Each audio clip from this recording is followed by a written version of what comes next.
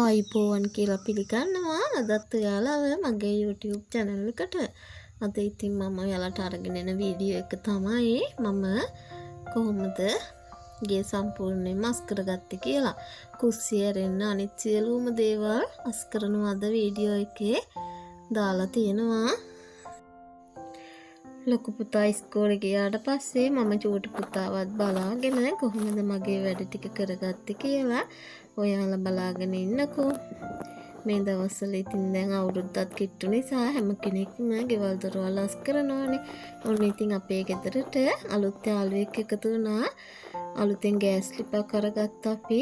අපේ ගෙදර තිබුණේ තනි ලිපක්නේ. මට හිතුණා ලිප් දෙකේ එකක් ගන්න ඕනේ කියලා. ඔන්න ඉතින් අපි අරගෙන ආවා. අර ලිප ටිකක් සවුත්තු වෙලා වගේ තමයි තිබුණේ. ඒ නිසා තමයි ඉතින් අලුත් ලිපක් අරගෙන ආවේ. දැන් ඉතින් මගේ වැඩ තවත් පහසුයි. ගෑස් ලිප් දෙකයි දර ලිප් දෙකයි තියෙන නිසා මට මගේ වැඩ කරගන්න පුළුවන්. ඔන්න ඉතින් උදේම මම පුටු වලට හිම දාලා තිබිච්ච පාපිසි ටික සෝදලා ගත්තා. ඒ වගේම පුටු වල කොට්ට ටිකත් ගලවලා කුෂන් ටික එළියට දැම්මා. ලොකු පුටුවේ නම් කුෂන් එක ගලව ගන්න බැරි වුණා. ඊට පස්සේ මම පාපිසි ටික අපේ පාටට දැම්මා. වේලෙන්න ඉක්මනටම වේලනවා. මොකද ගල් අතුරුලානේ හදලා තියෙන්නේ. මේ ටික රත් වෙද්දි ගොඩාක් ඉක්මනට වේලනවා. මේ දවස්වල අවුවත් සැර නිසා පැයක් දෙකක් යද්දි මේ ටික වේලලා මට ගෙට ගන්න පුළුවනි. අලුත් අවුරුදු කාලෙට විතරක් සීමා නොවි හැමදාම ගෙවල් දොරවල් පිළිවෙලට පිරිසිදුවට ලස්සනට තියෙනවා නම් ඉතින් ගොඩාක්ම හොඳයි. ඒ නිසා ඉතින් අපි නිතර අපේ ගෙවල් දොරවල් පිළිවෙලට පිරිසිදුවට අස් කරලා තියාගන්න ඕනේ. එතකොට කරදරයක් නැහැනේ. අලුත් අවුරුදු කාලෙට උනත් සාමාන්‍ය විදිහට අස්පස් කරලා ගන්න පුළුවන්නේ. දැන් ඉතින් මේ ගෙවිගෙන යන්නේ මාර්තු මාසේ අන්තිම දවස් කීපය නිසා අලුත් අවුරුද්දට තව ගොඩක් දවසක් නැහැනේ. තව දවස් 15ක් විතර යද්දී අලුත් අවුරුද්ද උදා වෙනවනේ. ඒ නිසා ඉතින් ඒ දවස් ටික ඇතුළත අපේ වැඩ ඔක්කොම සම්පූර්ණ කරගන්න ගොඩක්ම අමාරුයිනේ. දැන් මේ ඉඳලම පොඩ පිළිවෙලකට ගෙවල් දොරවල් මිදුලවට වටපිටාව හැම සුද්ධ පවිත්‍ර කරලා තියාගත්තාම අපිට අවුරුද්දට කැවිලි පෙවිලි ටික උනත් හදාගන්න ලේසි. නැත්තම් ඉතින් ඔක්කොම වැඩ ගොඩ ගැහුනහම කරගන්න අමාරුයිනේ. ඉස්සරහින්ම පටන් ගත්තා. අපි මේ වැරන්ඩාව හොඳට හදලා නැහැ. දැන් අවුරුදු පහ වෙලා තමයි ඒක හදාගන්න පුළුවන් වෙන්නේ. සාමාන්‍යයෙන් එළියට පොඩියට මේ වගේ පුංචියට හදාගෙන තියෙනවා. අවුරුදු ඉවර වෙච්ච ගාම ඒක හදාගන්න ඕනේ. ගොඩාක්ම ලොකුවට මකුළු දැල් එහෙම නැති නිසා ඉතින් කරදරයක් නැහැ. මේවා ඉතින් මම නිතරම කඩලා පිරිසිදු කරගන්නවා. පුතා හිටියා කියලා නැහැ. යාවත් බලාගෙන මගේ වැඩ මම කොහොම හරි කරගන්නවා. දැනුත් මේ යා ගේ ඇතුලේ ඉන්නවා බලාගෙන තමයි ඉන්නේ. එයා ඉතින් දන්නවා අම්මා වැඩක් තමයි කරන්න කියලා. සද්ද නැතුව ඉන්නවා. සමහර වෙලාවට නම් ඉතින් කෑ ගහලා අඬනවා. එළී මකුළු දැල් ටික නම් ඔන්න කඩලා ඉවරයි. දැන් ඔන්න ගේ අතුරට ආවා. සාලෙත් එහෙම ලොකුවට මකුළු දැල් නෑ. මම ගේ අතු ගන්න ගමන් හිම ඔය හිටපු ගමන් කොස්සෙනුත් කඩනවා. ඒ උනාට කොස්සෙන් නම් මකුළු දැල් කඩන්න හොඳ නෑ කියලා තමයි මම අහලා තියෙන්නේ. මටත් ඒක අමතක වුණ වෙලාවට ඉතින් සිද්ධ වෙනවා. නැත්තම් ඉතින් මේකෙන් තමයි මකුළු දැල් ටික කඩාගන්නේ. ඔය අයින් වල හැම චූටි දැල් ඉතින් බැඳින්නේ නැහැ. හොඳට සුද්ධ පවිත්‍ර කරලා තියාගත්තාම අපි ඉතින් අපේ ගේ ගොඩාක් ලොකුවට හැදුවේ නෑනේ. අපිට මුදල් තියෙන විදිහට පුංචි ගයක් තමයි හැදුවේ. සාලේයි කාමර දෙකයි කුස්සියයි කෑම මේසෙත් අපි සාලින්ම තමයි ඉතින් තියාගෙන තියෙන්නේ. අපිට ඉතින් ඉන්න මහා ලොකුවට ගෙවල් නැති වුණාට හිතේ සතුට සැනසීම තියෙනවා නම් තව වෙන මොනවද? මම ඉතින් ආස උනේ පුංචි ගෙදරකට ගොඩාක් ලොකුවට ගෙවල් හදාගත්තට පහුවෙද්දි ඉතින් මේ ගෙවල් වල කවුරුත්ම නැති වෙනවනේ. මොකද දරුවෝ ලොකු වෙලා ඒගොල්ලන් කොහේ යයිද කියලා අපි ඉතින් දන්නේ නැහැනේ. ඒගොල්ලන්ගේ අනාගතේ මොන විදිහට විසඳනවද කියලා ඉතින් අපි නෙමෙයිනේ දන්නේ. ඒවා ඉතින් අනාගතයට බාර දීලා දැනට සතුටින් නිදහසේ ඉන්න පුළුවන් විදිහට පුංචි ගයක් තමයි අපි හදාගත්තේ. පුටු වල වුණත් එහෙම ලොකුවට දුවිල්ලක් නැහැ. මම නිතරම අතු ගාද්දී මේවා පිහදාලා දානවා. ওই චූටි පුතාවත් තියාගෙන තමයි ඉතින් මට වැඩ කරන්න වෙලා තියෙන්නේ. එයා ඉතින් පස්සෙන් එනවානේ. මේ දවස්වල අවුව සැර නිසා මං එයාට කමිසයක් අන්දන්නෙත් නැහැ.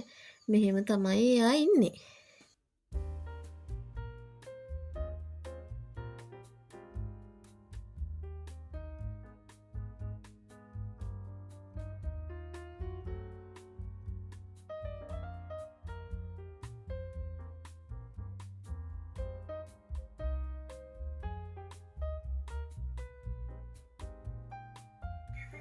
මෙහෙම අස් කරලා දැම්මට පස්සේ දවස් 2-3ක් ගියාට පස්සේ මම ගේ හොඳට මොප් කරනවා කොහොමත්. දැන් චූටි පුතා ගේ හැමතැනම යනවනේ. ඒ නිසා දවස් 3ක් යනකොට නම් කොහොම හරි අනිවාර්යෙන්ම මොප් කරලා පිරිසිදු කර ගන්නවා. අපේ ගෙදර ඉතින් තාම ලස්සනට කර්ටන් නම් අහලා දාලා නැහැ. ඒකට නම් ඉතින් තව ටික කාලයක් යයි කොහොමත් ගේ ඔක්කොම වැඩ ඉවර කරලා ඕනිනේ කර්ටන් ටික දාගන්න. මම ඉතින් ඔය ලස්සන රෙද්දක් කරගෙන කර්ටන් ටිකක් මහගත්තා. ඒකත් මම ගෙදරම තමයි කරගත්තේ. ඒ ටික දැන් අලුත් අවුරුද්ද කිට්ටු වෙනකොට දාගන්න ඕනි. එතකොට ඉතින් ඒවා අලුත් පාටට ලස්සනට තියෙනවනේ. පහු කාලීනව ලස්සන කර්ටන් ටිකක් මහලා එක જાතියෙම මුළු ගෙටම දාගන්න තමයි හිතාගෙන ඉන්නේ.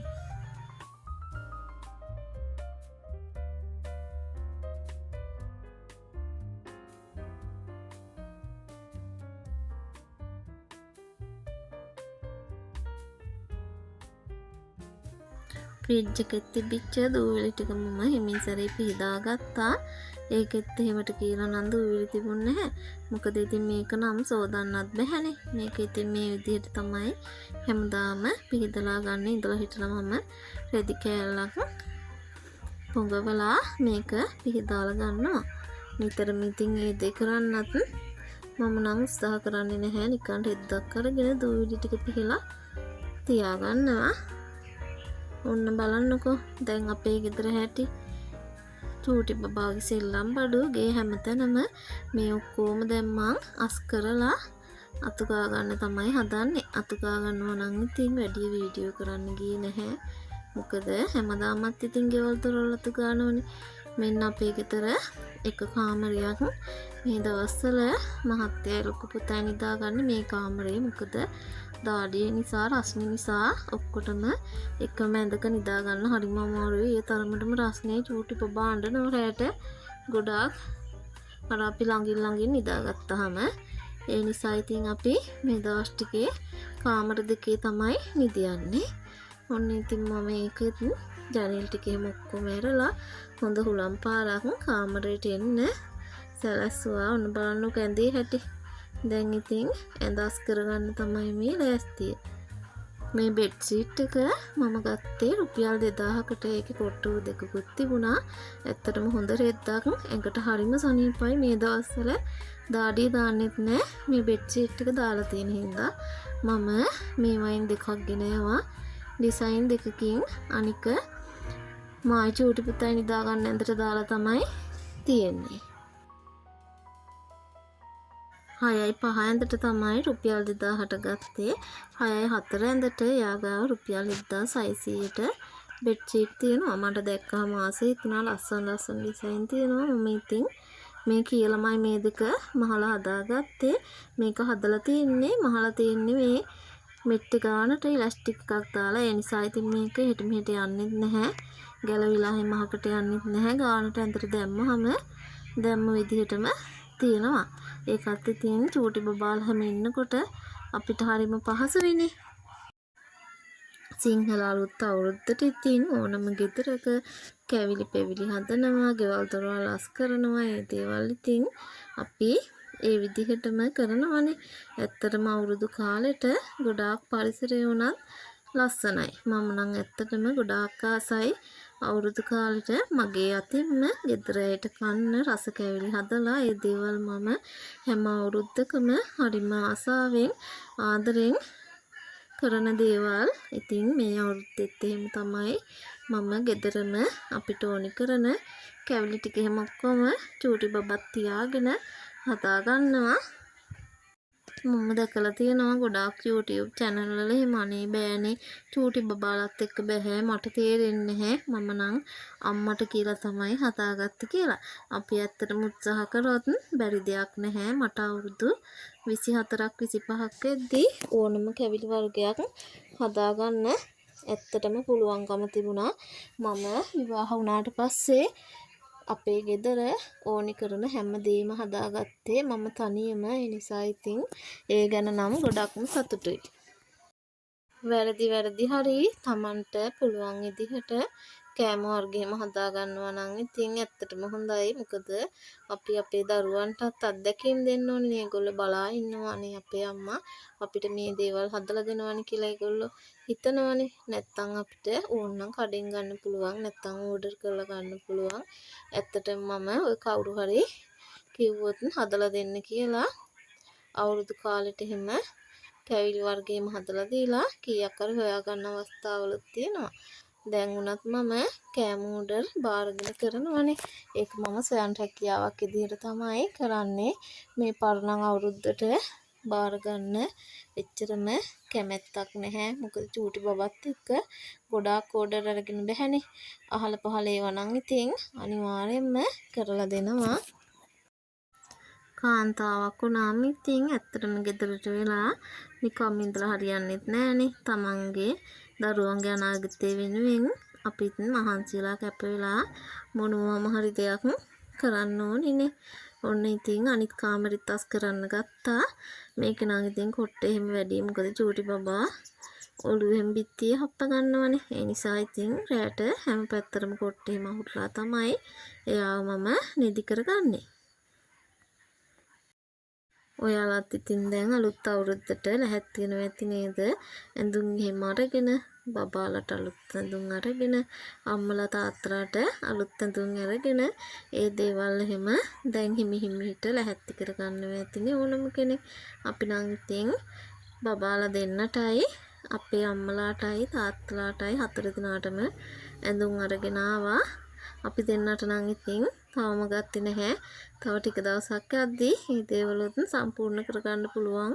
මොකද පොඩි අය ඉන්නකොට ඉතින් සෙනඟ ගොඩවල් වල යන්න බෑනේ. ඒ නිසා ඉතින් කල්ලාතුම මම හැමදාම අවුරුද්දට අම්මලාට එහෙම දෙන්න ඇඳුම් අරගෙන එනවා.